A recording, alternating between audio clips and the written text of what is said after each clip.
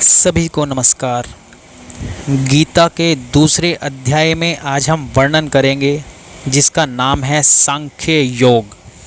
संजय ने कहा, करुणा से व्याप्त शोक युक्त अश्रुपूरित नेत्रों वाले अर्जुन को देखकर मधुसूदन कृष्ण ने ये शब्द कहे।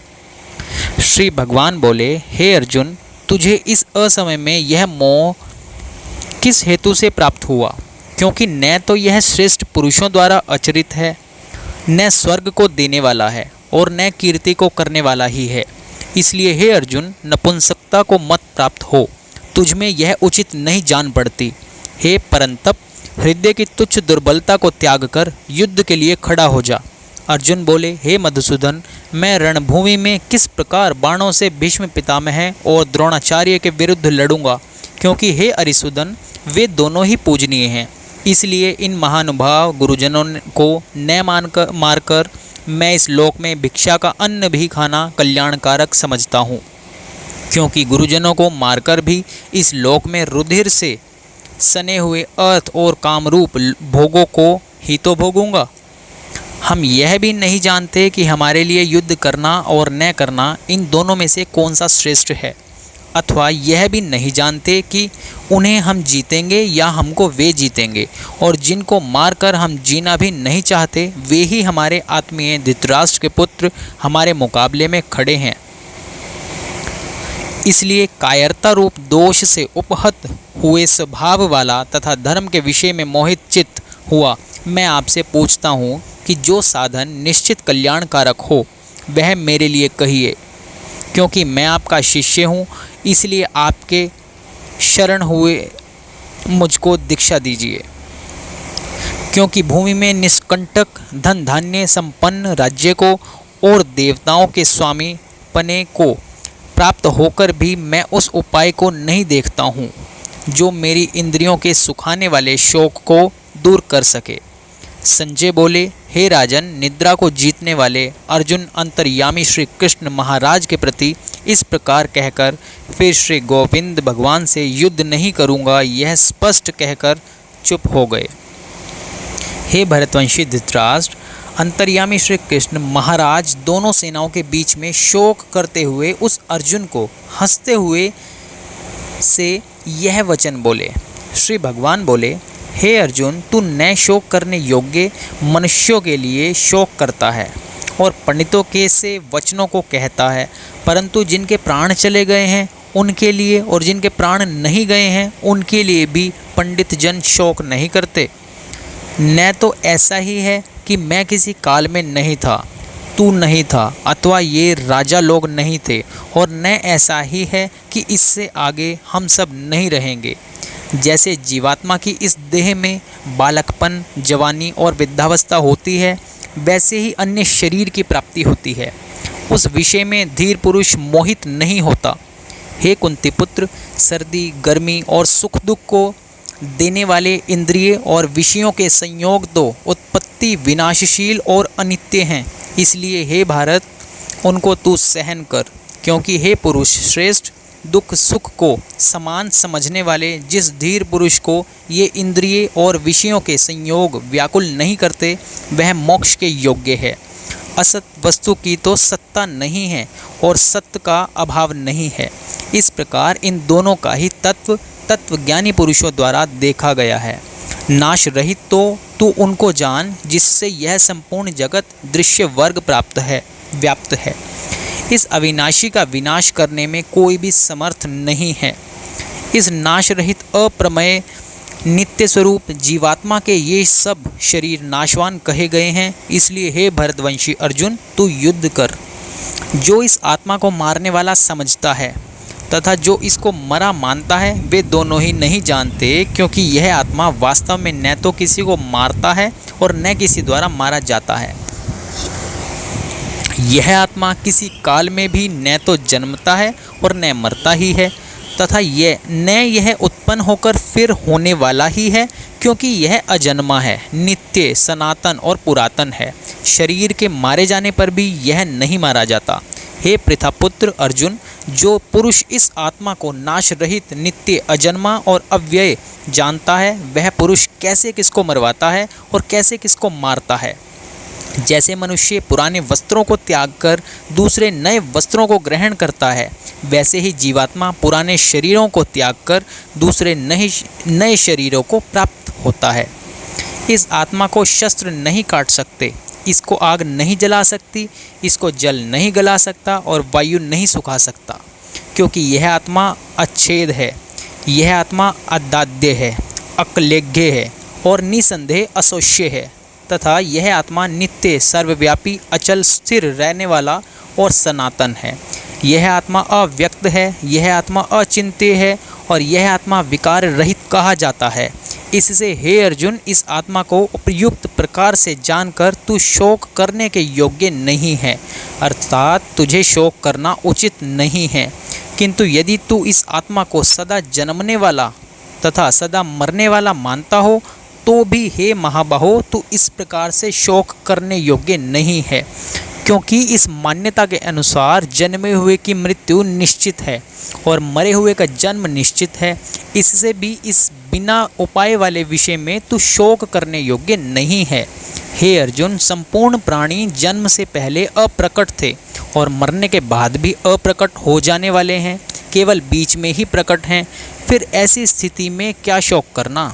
कोई एक महापुरुष ही इस आत्मा को आश्चर्य की भांति देखता है और वैसे ही दूसरा कोई महापुरुष ही इसके तत्व का आश्चर्य की भांति वर्णन करता है, तथा दूसरा कोई अधिकारी पुरुष ही इसे आश्चर्य की भांति सुनता है और कोई तो सुनकर भी इसको नहीं जानता।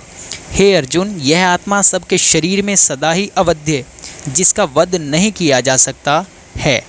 इस प्रकार संपूर्ण प्राणियों के लिए तू शोक करने योग्य नहीं है, तथा अपने धर्म को देखकर भी तू भय करने योग्य नहीं है, अर्थात तुझे भय नहीं करना चाहिए, क्योंकि क्षत्रिय के लिए धर्मयुक्त युद्ध से बढ़कर दूसरा कोई कल्याणकारी कर्तव्य नहीं है।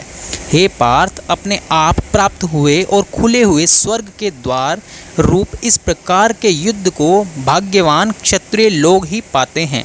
किंतु यदि तू इस धर्मयुक्त युद्ध को नहीं करेगा तो स्वधर्म और कीर्ति को खोकर पाप को प्राप्त होगा, तथा सब लोग तेरी बहुत काल तक रहने वाली अपकीर्ति का भी कथन करेंगे। और माननीय पुरुष के लिए अपकीर्ति मरण से भी बढ़कर है, और जिनकी दृष्टि में तू पहले बहुत सम्मानित होकर अब लघुता को प्राप्त हो जाएगा। हे महारथी लोग, वे महारथी लोग तुझे भय के कारण युद्ध से हटा हुआ मानेंगे। तेरी वैरी लोग तेरे सामर्थ्य की निंदा करते हुए तुझे बहुत से न कहने योग्य वचन भी कहेंगे। उससे अधिक दुख और क्या होगा?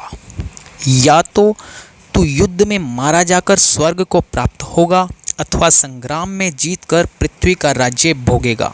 इस कारण हे अर्जुन, तू युद्ध के लिए निश्चय करके खड़ा हो जा। जय पराजय, लाभ हानि और सुख दुख को समान समझकर उसके बाद युद्ध के लिए तैयार हो जा। इस प्रकार युद्ध करने से तू पाप को नहीं प्राप्त होगा। यहाँ मैंने वैश्लेषिक अध्ययन मतलब सांख्य द्वारा इस ज्ञान का वर्णन किया है। अब निष्काम भाव से कर्म करता बता रहा हूँ, उसे सुनो। हे पृथापुत्र, तुम यदि ऐसे ज्ञान से कर्म करोगे तो कुछ तुम कर्मों के बंधन से अपने को मुक्त कर सकते हो। इस कर्म योग में आरंभ का अर्थात बीज का नाश नहीं है और उल्टा फलस्वरूप दोष भी नहीं है, बल्कि इस कर्म योग रूप धर्म का थोड़ा सा भी साधन जन्म मृत्यु रूप महान भय से रक्षा कर लेता है। हे अर्जुन, इस कर्म योग में निश्चयात्मिका बुद्धि एक ही होती है, किंतु अस्थिर विचार वाले विवेकहीन सकाम मनुष्य की बुद्धियाँ निश्चय ही बहुत भेदों वाली और अनंत होती हैं।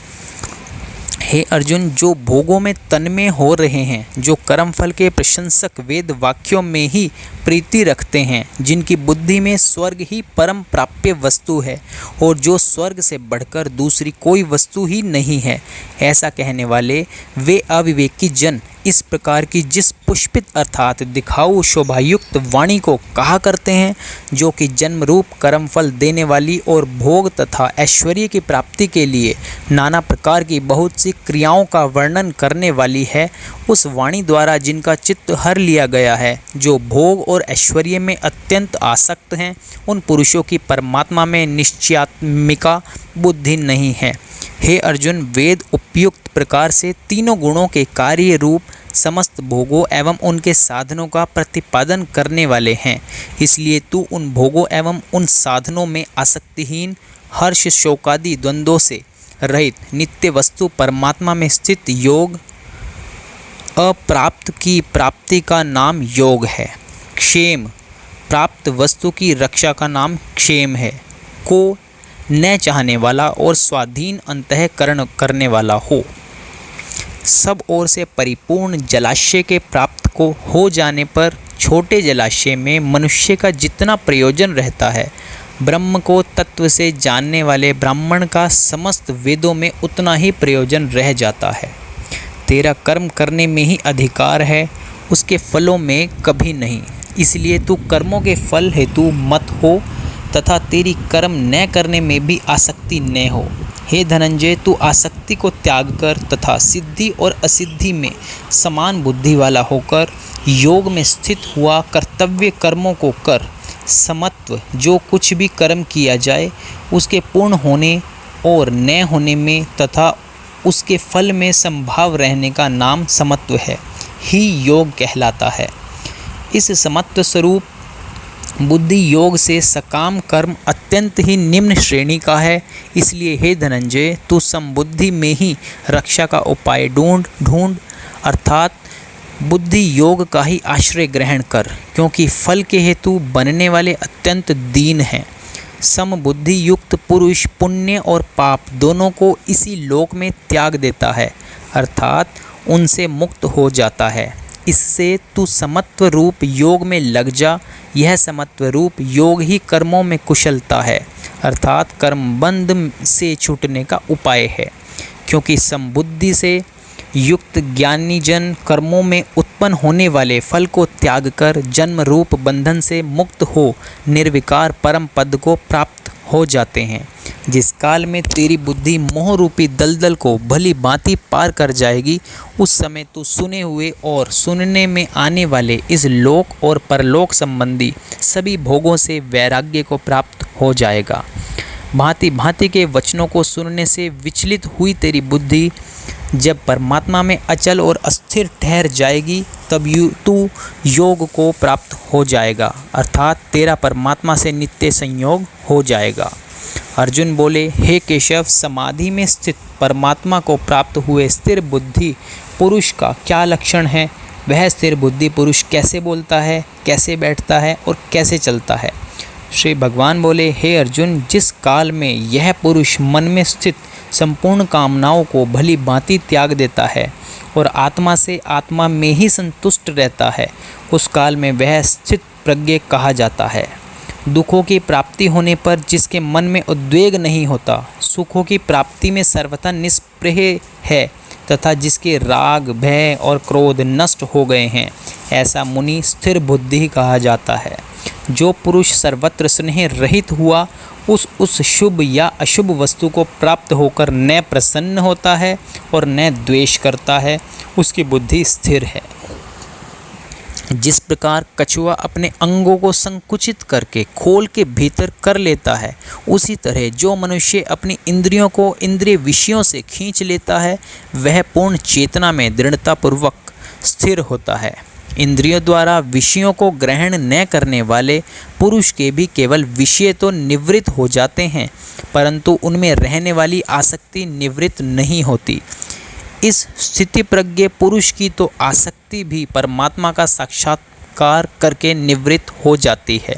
हे अर्जुन, इंद्रियां इतनी प्रबल तथा वेगवान हैं कि वे उस विवेकी पुरुष के मन को भी बलपूर्वक हर लेती हैं, जो उन्हें वश में करने का प्रयत्न करता है। जो इंद्रियों को पूर्णतया वश में रखते हुए इंद्रिय संयमन करता है और अपनी चेतना को मुझ में स्थिर कर देता है, वह मनुष्य स्थिर बुद्धि कहलाता है। इंद्रिय विषयों का चिंतन करते हुए मनुष्य की उनमें आसक्ति उत्पन्न हो जाती है और ऐसी आसक्ति से काम उत्पन्न होता है और फिर काम से क्रोध प्रकट होता है, क्रोध से पूर्ण मोह उत्पन्न होता है और मोह से स्मरण शक्ति का विभ्रम हो जाता है। जब स्मरण शक्ति भ्रमित हो जाती है तो बुद्धि नष्ट हो जाती है और बुद्धि नष्ट होने पर मनुष्य भवकूप में पुनः गिर जाता है। किंतु समस्त राग तथा द्वेष से मुक्त एवं अपनी इंद्रियों को संयम द्वारा वश में करने में समर्थ व्यक्ति भगवान की पूर्ण कृपा प्राप्त कर सकता है। इस प्रकार कृष्ण भावनामृत में तुष्ट व्यक्ति के लिए संसार के तीनों ताप नष्ट हो जाते हैं और ऐसी तुष्ट चेतना होने पर उसकी बुद्धि शीघ्र ही स्थिर हो जाती है। जो कृष्ण भावनामृत में परमेश्वर से संबंधित नहीं है उसकी न तो बुद्धि दिव्य होती है और न मन स्थिर रहता है, जिसके बिना शांति की कोई संभावना नहीं है। शांति के बिना सुख हो ही नहीं सकता। जिस प्रकार पानी में तैरती नाव को प्रचंड वायु दूर बहा ले जाती है, उसी प्रकार विचरणशील इंद्रियों में से कोई एक जिस पर मन निरंतर लगा रहता है मनुष्य की बुद्धि को हर लेती है। अतः हे महाबाहो, जिस पुरुष की इंद्रियां अपने अपने विषयों से सब प्रकार से विरत होकर उसके वश में हैं, उसी की बुद्धि निसंदेह स्थिर है। जो सब जीवों के लिए रात्रि है वह आत्मसंयमी के जागने का समय है और जो समस्त जीवों के जागने का समय है वह आत्मनिरीक्षक मुनि के लिए रात्रि है। जो पुरुष समुद्र में निरंतर प्रवेश करती रहने वाली नदियों के समान इच्छाओं के निरंतर प्रवाह से विचलित नहीं होता और जो सदैव स्थिर रहता है वही शांति प्राप्त कर सकता है। वह नहीं जो ऐसी इच्छाओं को तुष्ट करने की चेष्टा करता है। जिस व्यक्ति ने इंद्रिय तृप्ति की समस्त इच्छाओं का परित्याग कर दिया है, जो इच्छाओं से रहित रहता है और जिसने सारी ममता त्याग दी है तथा अहंकार से रहित है, वही वास्तविक शांति प्राप्त कर सकता है। यह आध्यात्मिक तथा ईश्वरीय जीवन का पथ है जिसे प्राप्त करके मनुष्य मोहित नहीं होता। यदि कोई जीवन के अंतिम समय में भी इस तरह स्थित हो तो वह भगवत धाम को प्राप्त हो जाता है। मुझे आशा है आपको गीता का दूसरा अध्याय सुनकर बहुत अच्छा लगा होगा। वीडियो को ज़रूर लाइक करें, शेयर करें। अगर आप कोई बात शेयर करना चाहते हैं तो ज़रूर कमेंट करें। इसी टाइप की और वीडियोस चाहते हैं तो चैनल को सब्सक्राइब करें, बेल आइकन प्रेस करें। आपका बहुत बहुत धन्यवाद।